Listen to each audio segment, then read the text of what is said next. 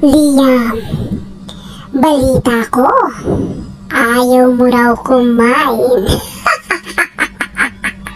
Gusto mo bang kunin kita dyan sa inyo? At ako ang magpakain sa'yo, Liam? Yun ba ang gusto mo para kumain ka lang? Huwag mo kong subukan, Liam. Hindi mo alam.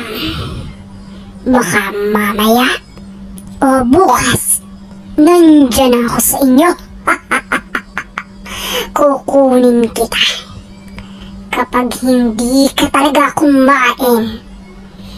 Kumain ka sa tamang oras, Liam. Maliwanag ba? Kapag hindi ka kumain sa tamang oras at nagpatuloy yung katit